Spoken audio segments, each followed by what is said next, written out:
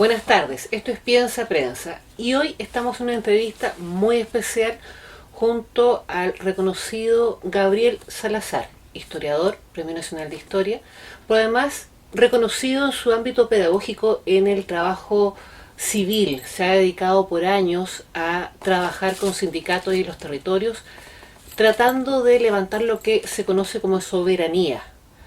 Ha escrito muchos libros al respecto y creemos que en este momento histórico donde vivimos un trance como Estado, como República, su punto de vista nos podría aportar muchísimo. Buenas tardes, Javier. Hola, buenas tardes, Catalina. ¿Cómo estás? Bien, bien, acá nerviosa en este momento. ¿Nerviosa? Sí. ¿Tú nerviosa? Yo nerviosa. Sí, no es muy propio de mi estilo, pero estamos en un momento de verdad histórico. Eso sí, yo creo que sí. Un momento de cambio, de transformación, algo distinto, y como historiador tú conoces muy bien el tema. Tú tal vez quisieras aportarnos también ese punto de vista, contar un poco, porque a veces uno pierde perspectiva, ¿no? Uno está pensando que esto es hoy día y que a lo mejor se puede ver en un rato más y queda un poco igual, ¿no? En este devenir constante con tanto estímulo. Pero para este país llamado Chile, para esta república, ¿es verdad que este momento es especial? Yo diría que sí, es muy especial. ¿Acaso porque después de mucho tiempo aparece la luz pública, aparece en la superficie, digamos, la verdadera naturaleza de nuestros grandes problemas históricos? Porque el verdadero problema que ha tenido Chile desde por lo menos 1830, la época de Don Diego Portales, ¿no?, ha sido el problema de la Constitución. Ha sido el problema de cómo se dicta, digamos, cómo se construye el sistema político, económico, social que rige nuestras vidas como sociedad, como pueblo. Y ese es el verdadero problema de fondo, porque ha habido tres grandes coyunturas constituyentes en Chile. La primera, la de 1830, se resolvió con un feroz golpe de Estado, con un ejército mercenario, con una derrota sangrienta de lo que en la época eran los pipiolos, los liberales, los pueblos autónomos. En ese tiempo había pueblos autónomos con cabildo, qué sé yo, etcétera, sangrienta. Y ahí se estableció un verdadero, podríamos decir, un gobierno absolutista. Allá le llaman autoritario para ponerlo más o menos elegante, pero era absolutista, de acuerdo a los viejos parámetros de la soberanía, de las monarquías absolutas, de la herencia de monarquía absoluta. Y eso duró casi 100 años, en que la ciudadanía luchó desesperadamente por cambiar la Constitución del 33, por imponer ella su voluntad soberana en otro texto constitucional, y eso dio lugar a la guerra civil de 1800, guerra civil, ¿no?, por problemas constituyentes, 1830, 37, 51, 59, 62, 91. El siglo XIX entero tuvo un problema político no resuelto, que era dictar una constitución legítima. Y Chile vivió bajo el imperio de una constitución ilegítima casi 100 años. Y viene la segunda coyuntura constituyente, cuando ya de nuevo el pueblo se levanta contra la Constitución del 33 y quiere cambiarla, y quiere llamar y convocar y él mismo hacerse cargo de una asamblea constituyente, que en esta segunda oportunidad, a comienzos del siglo XX, no solo el pueblo quería, sino que hasta los militares, la oficialidad joven del ejército, da un golpe de Estado incruento. No dispararon ni un balazo, no tomaron a nadie preso, pero mandó al presidente al exilio, disolvió el Congreso, mandó a los políticos a sus casas, y enseguida le entregan un manifiesto al país que dice hemos dado, qué sé yo, un golpe de Estado por razones estrictamente quirúrgicas, dijeron, esta es la palabra que emplearon. O sea, extirpar la gangrena política que ha inficionado el Estado y el orden público de este país por mucho tiempo. Y no vamos a gobernar nosotros, dijeron en esa oportunidad, en 1924. Ni queremos establecer e imponer un caudillo o un dictador. Queremos, en cambio, convocar una asamblea constituyente libremente electa para que el pueblo imponga su voluntad soberana. Increíble. Eso fue la segunda proceso constituyente, fíjate, 100 años de lucha por cambiar la Constitución. Comienza de nuevo con el mismo proceso. Y ahora son como 100 años más. O sea, Ahora, eso 100 nos años da como después, cada claro. 100 años. Y en esta segunda oportunidad no hubo golpe de Estado, porque los militares están junto con el pueblo. En cambio, los políticos sí aceptaron la idea de la Asamblea Constituyente, pero engañaron a medio mundo, y Alessandri, en lugar de convocar una Asamblea Constituyente, designó a dedo un comité constituyente, que él presidió. Y ese pequeño comité con Alessandri dictaron la Constitución del 25. Entonces, piensa tú, son casi 200 años en que el problema constituyente no está resuelto. Y es un problema. Tenemos 2 constituciones ilegítimas, ¿verdad? 2 veces engañado al pueblo. No es extraño que de nuevo aparezca. Por eso dije, este es el verdadero problema político del país. Todos los demás, que la izquierda, que la derecha, que la reforma aquí, la reforma allá, que eso, etcétera, son problemas menores. El problema de fondo es este, y esconde el problema político más profundo, que para que una constitución sea legítima, tiene que dictarla el pueblo en una asamblea libre y soberana. Por eso que esta vez, tanto tratamos nosotros los historiadores, por lo menos, tiene que haber soberanía popular aquí explícita y actuante. Y yo creo que con la Convención Constitucional, 18 de noviembre en adelante, fue a medias, ¿no?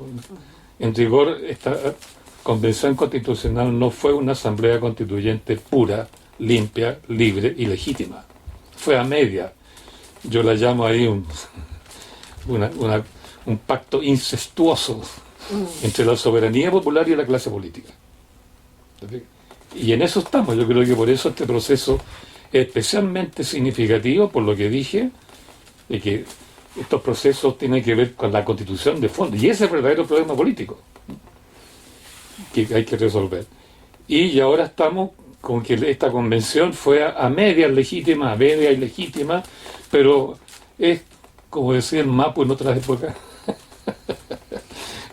es nuestra propuesta, es lo que somos, ¿no? Feíto y todo, pero es lo que hay. Y en lo que hay, creo yo, en mi opinión histórica, yo no trato de hacer política partidaria, yo siempre hablo desde la historia. Y esto que hay es 10 veces mejor que cualquiera de las 3 constituciones anteriores. Por el simple hecho de que hubo a medias fue legítima. Avanzó Y por las legitimidad. propuestas que se hicieron ahí, por supuesto. Claro. Es súper interesante dar una mirada histórica a un proceso, Evidente. porque, claro, nos hace darnos cuenta que esto no lo estamos resolviendo hoy día, sino que más bien es un arrastre. ¿Cierto? Son 200 años del mismo problema. Exactamente, y que eso va derivando en otros puntos.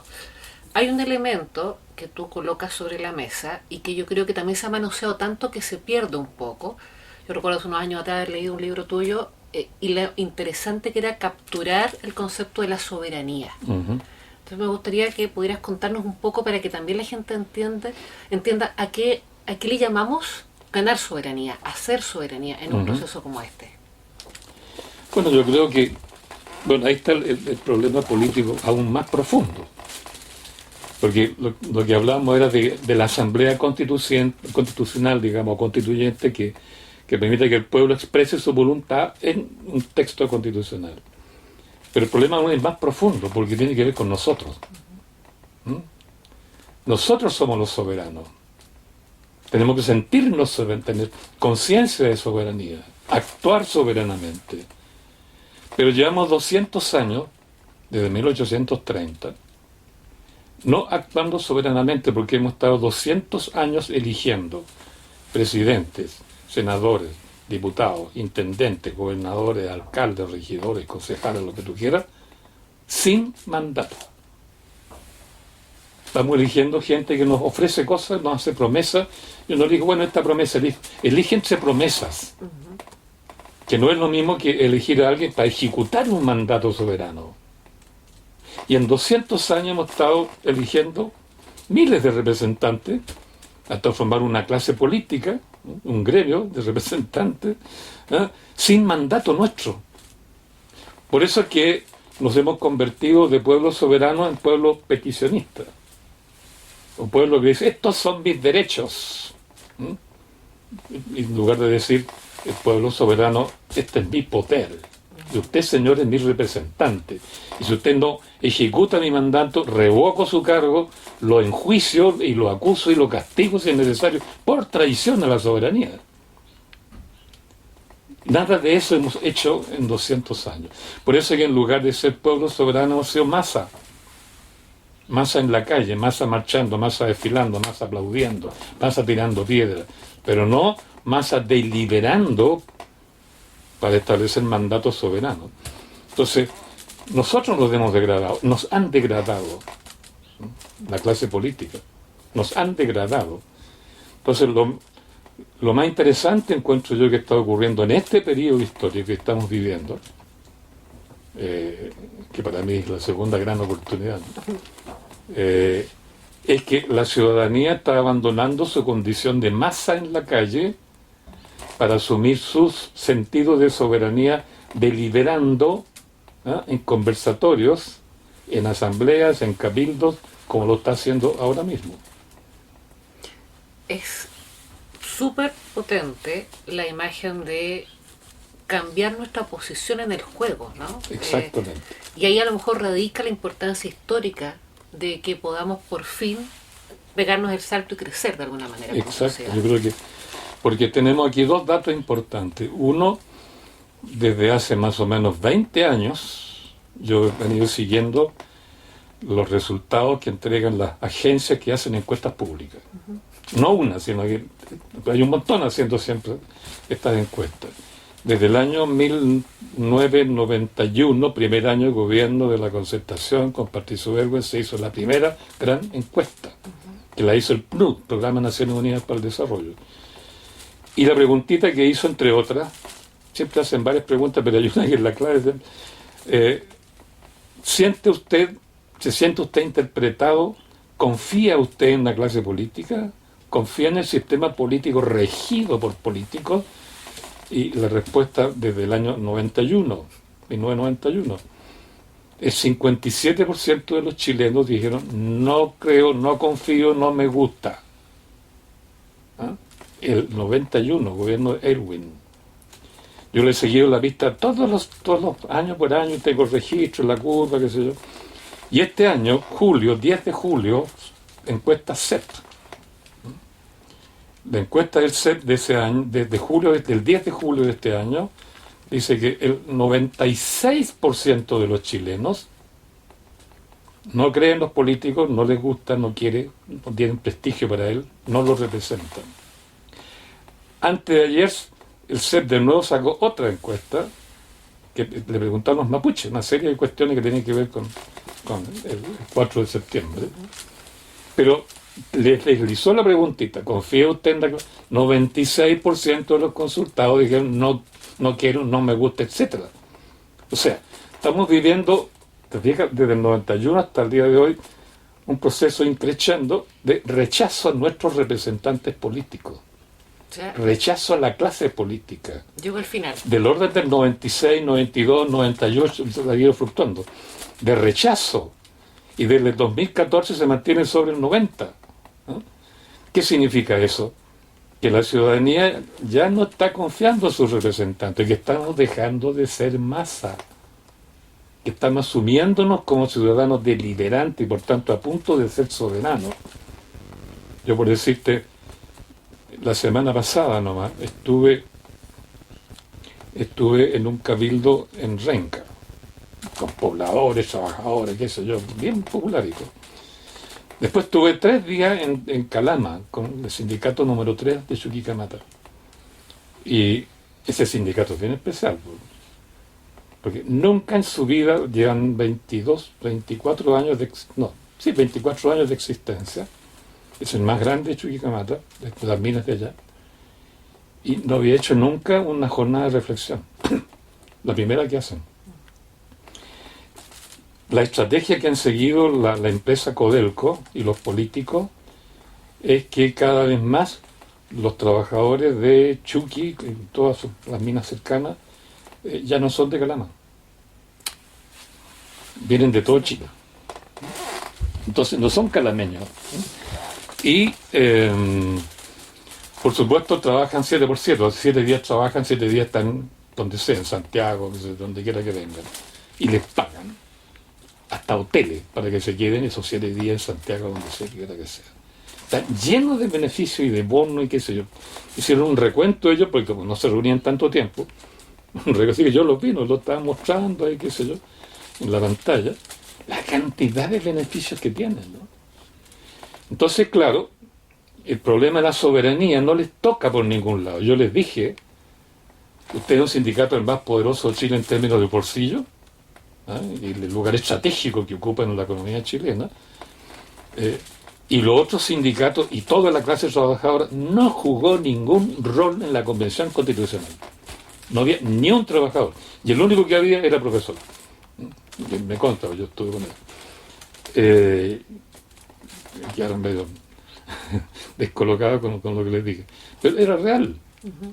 Entonces, pero lo interesante del caso, a eso venía mi camino hacia allá, digamos, es que me invitaron, el presidente me invitó expresamente porque él encontraba que este sindicato estaba compuesto de puros individuos.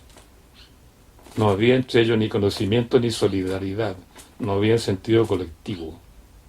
Estaban lejos del sentido de soberanía. Por tanto, entonces mi tarea era justamente mostrarle, me dijo el presidente, ¿no?, que se dio cuenta de eso, mostrarles cuán desunidos están en este contexto actual, no haber jugado ningún rol, bueno, se lo dije yo, en la Convención Constitucional, y que es el momento que además tomen en cuenta el problema de Calama. Calama ahora que la mina es subterránea, está en la misma hondonada donde está Calama, el pueblo, y se va metiendo por debajo y va a llegar por debajo de Calama. Y las tortas que van acumulando con los derrubios por arriba va a ir avanzando sobre Calama, así que algún día lo van a sepultar. Y Calama es una riqueza enorme que está debajo de Calama, y Calama es un pueblo pobre. Entonces, la comunidad local, ¿te fijas? Si hablamos de soberanía, no tiene ninguna soberanía sobre el subsuelo, ninguna sobre las empresas, hasta los sindicatos están en otra onda. Por ahí traté de despertarle y fueron reaccionando, te voy a decir, ¿no? Se dieron cuenta más o menos del problema. Pero hay otros sindicatos, en cambio, pero no voy a detallar eso, que sí están agarrando la onda. Yo les decía que incluso lo que pueden hacer ellos ahora, ya que ya fue hecha la Constitución, pues tomen por asalto el Código del Trabajo y redacten otro Código del Trabajo. Que los 2 códigos y medio que hemos tenido han sido todos decretos con fuerza de ley, o sea, decretos dictatoriales, sin siquiera discusión parlamentaria, sin ni un trabajador presente. Puedo hacer ahí 2 puntos, mira, que creo que es súper interesante. Por un lado, este, entre comillas, coordinador, jefe, ¿cierto?, de un sindicato, que hace combinar a estos sujetos a que se hagan parte de un proceso, porque además ahí también yo creo que hay que resaltar algo, y es que esta Constitución no le quita ningún derecho a nadie. O sea, ellos siguen con su trabajo, siguen con sus sueldos, siguen con todos sus beneficios, eso no se está tocando. Sí, porque no hubo nada sobre el No Código hubo del Trabajo. nada sobre aquello, pero además, efectivamente eso les da la libertad para apoyar este proceso. O sea, digamos que nos muestra que esto también ha sido como parte de la campaña negra, inventar situaciones en las que se ponen en riesgo economías y se ponen en riesgo seguridad. Y desde lo que tú planteas, hoy día la propuesta constitucional además habla de la responsabilidad que habría desde las empresas que operan en los distintos territorios para que los territorios logren autonomía. O sea que lugares como Calama o lugares como la zona del Gualmapu, que son los que concentran de alguna manera grandes faenas como la forestal, la minería, puedan verse beneficiados económicamente, además por un proceso interesante que sea de crecimiento sustentable y sostenible. No un extraer hasta desaparecer y que después las personas que estaban ahí desaparezcan y quede un gran forado físico, pero también además social y de tejido, digamos, humano, ¿no? Yo creo que eso es súper interesante de esto que vas comentando, como para que la gente se haga una idea del mapa de Chile, ¿no?, de cómo se mueve. Creo que hay un hecho real que no hay que desconocer, ¿no? Que la nueva constitución política no profundiza el tema del trabajo, dice solamente tiene que haber trabajo digno, ¿no? La palabra digno la usan para todos los derechos. Lo que está bien, pero es un principio, es un fundamento, es una poesía. Porque eso hay que convertirlo en realidad, en realidad concreta. ¿Sí? Los derechos son el principio de una realidad, pero no la realidad misma. Entonces, claro, la Constitución nueva da toda clase de derechos en estos aspectos, pero ¿cómo lo convertimos? Porque no cambió el sistema laboral de trabajo precario. No se dice nada al respecto. Yo lo leí con calma, me leí los dos borradores iniciales y después me leí el texto concienzudamente. Y es lo más grave que afecta a los trabajadores del trabajo precario, que es el contrato temporal, ¿no es cierto?, que qué sé yo, que las necesidades de la empresa le permiten mandar cambiar la gente, o en la universidad, los que estamos contratados a honorario, que nos echan cualquier día y no hay de dónde agarrarse. No dice nada. Pero entonces, pero por otro lado, y eso creo yo que es la herramienta que entrega esta Constitución a la clase trabajadora, a los pobladores, a todo el mundo, no son los derechos en sí, pues los derechos son enunciados. Entonces, pero la herramienta de trabajo que le entrega, que le han dado poca importancia, son las asambleas populares. La asamblea comunal, la regional y la cámara de regiones. Porque es una estructura autorrepresentativa que es distinta a la fórmula de representación que se da para la Cámara de Diputados y el presidente. Porque ahí el sistema electoral es el mismo. Vota el individuo, no la comuna. Es un voto individual, no colectivo. Entonces, el problema político que presenta esta Constitución es que establece dos sistemas de representación. La autorrepresentación de la comuna, la región, hasta la Cámara, y la representación individual que elige por promesa el sistema antiguo, llega a la Cámara de Diputados y llega a la presidencia. Entonces, los partidos políticos van a sobrevivir por ese lado. Y el pueblo por ahí no va a ser bien representado. Por donde puede ser bien representado, donde está el mismo presente, que son las asambleas comunales, regionales y la otra. Entonces, ahí está el problema de Calama, porque Calama en sí es un pueblo pobre. Además, con la cantidad de inmigrantes que tiene ahora está peor, ¿no? Ya nadie camina en la noche por las calles, como en varias ciudades en Chile, ¿no? Calama sí, por ejemplo. Y ellos están viviendo encima de la riqueza más grande de Chile, y una de las más grandes del mundo, ¿no? Entonces, esa contradicción. Entonces, Calama, si quiere recuperar algún nivel concreto, de trabajo concreto, para su desarrollo, sustentable, como dicen algunos, va a tener que pensar el problema de soberanía sobre el cobre. Y tiene que convencer al sindicato que lo apoye. Y tiene que cambiar el contrato a gente pobre que vive ahí y no que viven en Santiago o con extranjeros. ¿Y eso cómo va a poder lograrlo? Al través del sistema político. Entonces ni tocaron el tema. Pues el otro lado, es la comuna local la que tiene que moverse. Es la comunidad local. Entonces ahí está la verdadera herramienta. Porque la soberanía solo puede existir donde el pueblo vive, convive, delibera, vive junto. O sea, estamos, digamos, a puertas de obtener una herramienta de trabajo. Es una herramienta que hay que saber aprovecharla. Y ahí el pueblo tiene que mandar cambiar todos los partidos políticos de la asamblea comunal y de la regional. Porque ni en la comunal ni en la regional tú vas a interpretar los problemas en función de ideologías políticas, siendo de realidades concretas. En Calama es clarito, en Quintero es clarito. Relevar ¿Sí? el conflicto territorial. Claro, porque el problema de Calama es la contaminación que tiene el polvito del día, porque en la noche él se lleva, pero que en el día sí. Tiene el problema del capital que es chileno, pero que es como si fuera extranjero, ¿no? Un sindicato compuesto de gente que no es de Calama, ¿sí? Y enseguida la mayor riqueza de Chile, ¿a quién pertenece? ¿No debería ser a la comuna, a la comunidad que vive ahí, por soberanía? Hay que redefinir el concepto de soberanía. Y eso sin Bueno, hablar del royalty, además. claro, y eso, por eso que la gente se está organizando espontáneamente por comuna. Pero hay que explicarle que ahí está realmente el poder. Porque Eso, en el Estado Nacional, a nivel nacional, no hay soberanía. Por eso es que se llega al Estado Nacional a través de representación.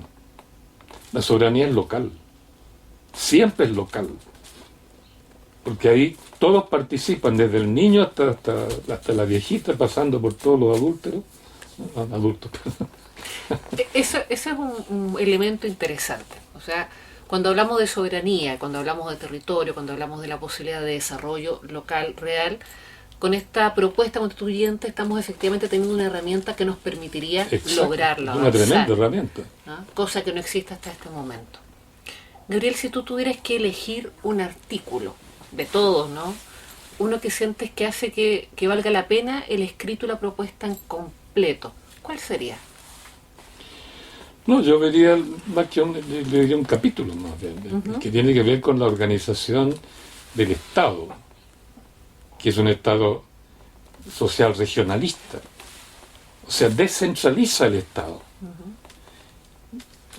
No, tal vez los convencionales, cuya mayoría son pingüinos del 2006, estudiantes secundarios del 2006, después universitarios del 2011, y unos cuantos políticos que quedaron descolocados, no están habituados a discutir estas cosas, pero discuten políticas menores, ¿no? Por leyes menores.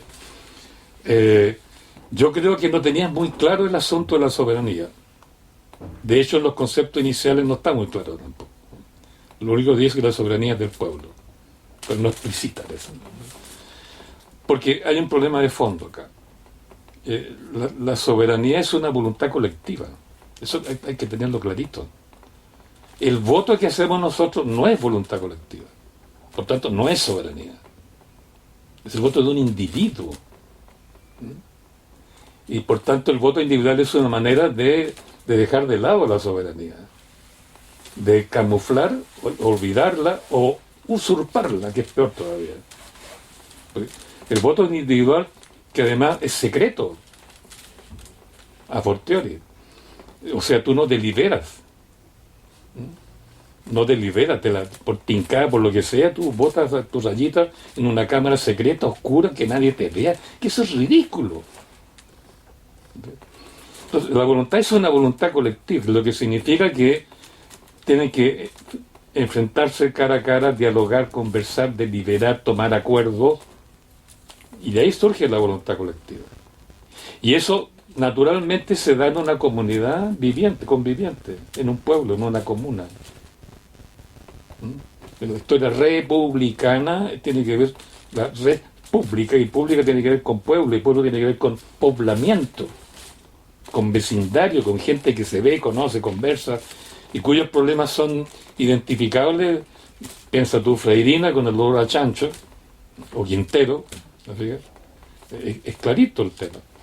Entonces no necesitan ideología, que es de donde se agarran los partidos para dominar, no a nivel local, sino a nivel nacional.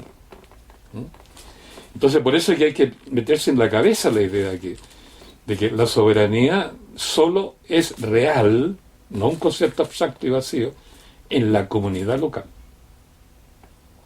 Ahí es invencible. O sea, ese refrán, esa frase que se sacó hace un par de años de que, digamos, está la fuerza, el poder y los territorios, debiera ser la clave. Territorio, pero no territorio en sí. Claro, no es geografía, es la gente. No es geografía natural, es geografía humana en todo caso. Porque es comunidad viviente, es vecindario. Es pueblo es eso. En Chile podría ser pueblo con mayúsculas, el pueblo chileno, pamplina. No hay pueblo en la nación. La nación es una construcción abstracta. Pueblo solo aquel que puebla un territorio. Por tanto, antes se llamaban pueblos en plural. El que conoce su problemática, el que vive el día a día. Conoce el vecino, conoce a los niños, se encuentra. Por eso en la soberanía participan niños, jóvenes, adultos y viejos. Toda la comunidad. Toda la comunidad.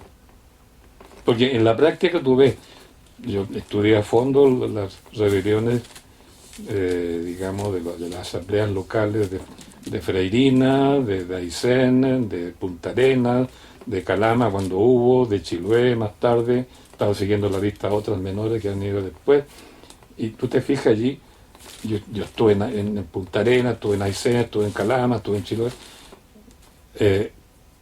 ¿quién se movilizaba allí? Todo el pueblo, viejas, viejos, jóvenes, niños, jugando distintos roles. Entonces, la voluntad colectiva se constituye con la integración de todo. Por ejemplo, las viejitas en Aysén hacían miles de sándwiches todos los días. Los cabros chicos corriendo para repartirlo en las trincheras o en las barricadas, donde fuera. Y los cabros jóvenes en el combate. ¿Sí? Y los viejos aquí, que allá, qué sé yo, en las reuniones dando sus consejos de viejos, digamos, no de ideólogos. Entonces, hay una integración viva. Yo estuve en Freirina, después de los combates me mostraron, tienen sus videos de todos los combates que tuvieron, qué sé yo, y había un orgullo de todos por haber expulsado a Agrosuper, al cuerpo especial de carabineros, los ninjas que le decían ellos, qué sé yo, al equipo de sociólogos que le enviaron para allá para que le dijera que Agrosuper les daba trabajo. También lo mandaron cambiar. Entonces, orgulloso de su triunfo, ¿no? Y está en su memoria, y es conciencia colectiva. Esa soberanía todavía está viva, ¿no? Todavía está viva. Y muy, muy atento, porque confiaron en mí, pues me pidieron varias cosas entre medio, pero a mí me invitaron de una organización de empresas que se llama Acción.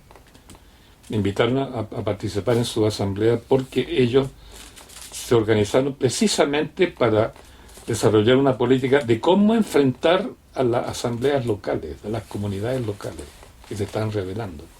Bueno, yo me integré porque quería saber qué estaban pensando ellos. Y la asamblea de Freirina supo. Y en una reunión que me invitaron, que estuve allá, lo primero que saltó un vecino: oiga, usted pertenece a Acción. Usted está con los empresarios. Tuve que explicarle con lujo de detalle por qué estar ahí. Toman conciencia inmediata, ¿no? Entonces, por eso es que la soberanía no es cuestión de voto individual, eso es libre albedrío, o sea, cuestión nada que ver. Es otra cuestión nada que ver. Entonces yo creo que eso hay que meterse en la cabeza, y eso está ocurriendo lentamente en Chile. Lo primero que quedó claro: no nos gustan los representantes. Si yo voto a mi representante, entonces ¿en quién confío? Tiene que ocurrir, bueno, en uno mismo.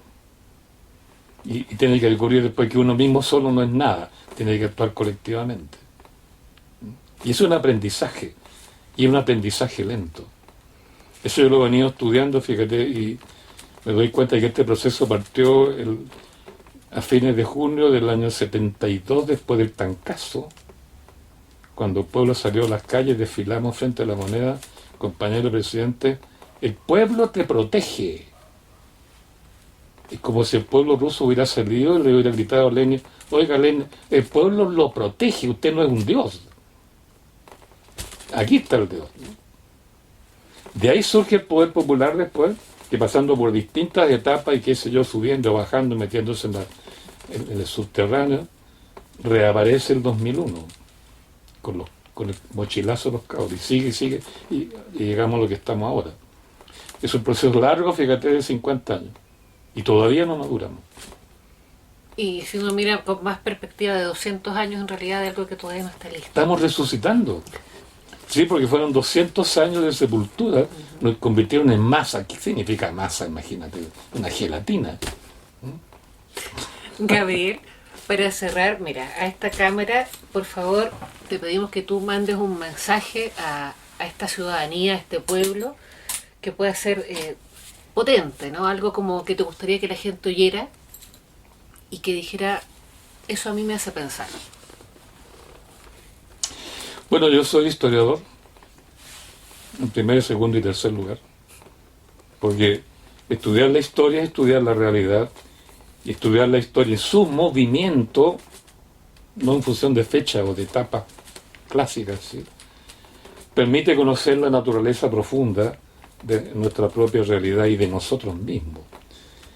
Y al observar la historia de esa manera, yo he llegado a la conclusión de que, en definitiva, lo que estamos conversando aquí con Catalina, te voy a decir Catalina, que es el hecho de que la soberanía no radica en el Estado, no radica en la ley, mucho menos radica en la clase política, ¿eh? No radica en los funcionarios, no radica en nuestros mandatados, o nuestros suches, podríamos decir también, ¿no? Sino en nosotros mismos. Y nuestra tragedia como chileno, como muchos otros pueblos, es que esta soberanía, que tiene que ser una soberanía consciente, uno tiene que ser consciente de que es soberano, nos ha sido arrebatada. Por eso la Constitución del 33, la del 25, la del 80, la última no lo dice, pero las otras tres sí, decían, la soberanía radica en la nación, lo dice en el pueblo. ¿Y qué es lo que es la nación? Es un constructo abstracto, es una abstracción. La nación no existe en sí misma. Los pueblos sí, es el pueblo de Calama, el pueblo de qué sé yo, de Chonchi, lo que sea, sí son reales. La nación, ¿dónde es real? Si usted mete un poquito a estudiarlo, resulta que está dispersa en un montón de pueblos, unos indígenas, otros semi-indígenas, qué sé yo, etcétera. Y además es un constructo político que lo realizó Santiago, dominando a Valparaíso, Rancagua, San Felipe, qué sé yo, etcétera. El centralismo famoso, contra el cual, que duró 200 años, se levantó de alguna manera esta convención constitucional, por eso que planteó la descentralización del Estado y el Estado regional o regionalizado o comunalizado por comunas. Yo diría, por tanto, que mirando desde la historia, estamos en una etapa maravillosa, diría yo, porque es un despertar, después de 200 años de estar dormido en la condición de masa en la calle. Estamos tomando conciencia, estamos despertando de este largo sueño para tomar conciencia de que aquí está la soberanía. En consecuencia, es el momento en que uno tiene que tomar conciencia de que la responsabilidad política ahora es nuestra. El poder soberano tiene que empezar a actuar ahora, pero hay que aprender a ser soberano. No se nace soberano. Y hemos estado 200 años enterrados, ¿verdad?, en la condición de masa pasiva. Pues hay un aprendizaje por delante. Yo creo que este aprendizaje de soberanía es la verdadera revolución que estamos viviendo. Que no la van a hacer los líderes ni nadie, sino nosotros mismos, en tanto y en cuanto nos juntemos, como decía por ahí una filósofa. Si nos juntamos, hay el germen de desarrollo del poder popular. Si no nos juntamos y nos dispersamos, el poder pasa a otras manos. La soberanía pasa a otras manos. Entonces estamos en un periodo único que yo, por tanto, lo que puedo decir como historiador, que hay que tomar conciencia de eso, trabajar para eso y aprender a juntarnos, a conversar, a deliberar, ¿verdad? Y pensar en los problemas reales, no en definiciones ideológicas, ni en frases hechas. Y eso es un camino largo que depende absolutamente de nosotros, que sea, como dijo Allende, una gran alameda por donde avancen los hombres libres. Eso diría yo. Bueno, esto es Piensa Prensa, una entrevista exclusiva a Gabriel Salazar, historiador, Premio Nacional de Historia, y un gran profesor y hombre de trabajo en los territorios que hoy día nos cuenta su punto de vista respecto a este momento histórico en torno a un cambio constituyente. Muchas gracias.